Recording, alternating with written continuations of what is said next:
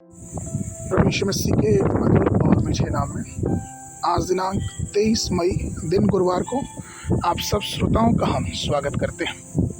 आज के दिन के लिए जो वचन लिया गया है पहला यूहन्ना उसका पहला अध्याय 3 पद। जो कुछ हमने देखा और सुना उसका समाचार तुम्हें भी देते हैं, इसलिए कि तुम भी हमारे साथ सहभागी हो, और हमारी यह सहभागिता पिता के साथ और उसके पुत्र यीशु मसीह के साथ है।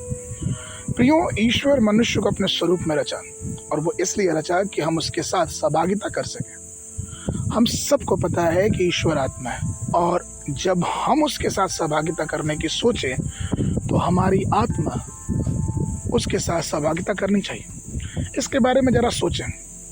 हमारे ज्ञान के बिना या फिर हमारी जो काबिलियत है, हम इसके दम पे कभी भी ईश्वर के साथ सहभागिता नहीं कर सकते। वो इसलिए क्योंकि परमेश्वर आत्मा है और हमारा आत्मा उसके साथ मिलना चाहिए, उसके साथ संगति करना चाहिए। दाऊद इसलिए कहता है भजन संगीता उसके 42:1-2 पद में कि जैसे हिरनी नदी के जल के लिए हाँफती है, वैसे ही हे परमेश्वर मैं तेरे लिए हाँफता हूँ। जीवित ईश्वर परमेश्वर का मैं प्यासा हूँ, मैं कब जाकर परमेश्वर को अपना मुंह दिखाऊंगा।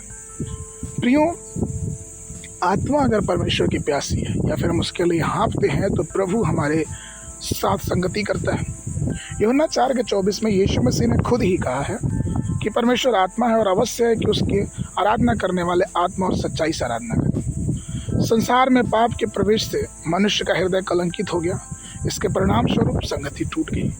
परमेश्वर ने उसे पुनः स्थापित करने के लिए खुद मनुष्य रूप धरा और धरती पे आए, अपने लहू बहाया कि उसके द्वारा हम फिर से पिता के पास पहुंच सके। और वो चाहता है कि उसके साथ फिर से हम संबंध बनाएं, एक घनिष्ठ संबंध, एक संगति, एक प्रेम, एक आराधना का संबंध, जो संगति अदन के बगीचा में मनुष्य के पाप करने से टूटा। और इसलिए पहला यूहन्ना पहला अध्याय 6 और 7 पद में शायद यूहन्ना ने इस बात को इसलिए कहा है कि यदि हम कहें कि उसके साथ हमारी सहभागिता है और फिर अंधकार में चले तो हम झूठे हैं और सत्य पे नहीं चलते।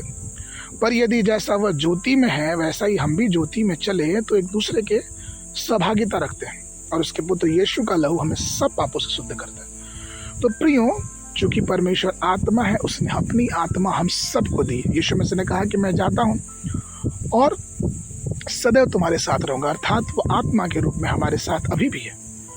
वो है और वो हमें अपनी आत्मा प्रदान करता है। हमें जरूरत इस बात की है कि हम उसके आत्मा को अपने जीवन में ग्रहण करें और परमेश्वर के संगति को अपने जीवन में आने दें, जिससे परमेश्वर की आशीष हम सब के जीवनों में अपरंपार और बहुतायत से होती रहे। आज के मरण के लिए भजन संगीता 149:4 में, क्योंकि वह अपनी प्रजा से प्रसन्न रहता और नम्र लोगों का उद्धार करके उन्हें स्वाभिमान करता है। बाइबल अध्ययन के लिए पहला इतिहास 19, 20 और 21 अध्याय। शाम के समय यूहन्ना की पुस्तक उसका 8 अध्याय 1 पद से लेकर 27 पद तक। परमेश्वर आप सबको आशीष देवे।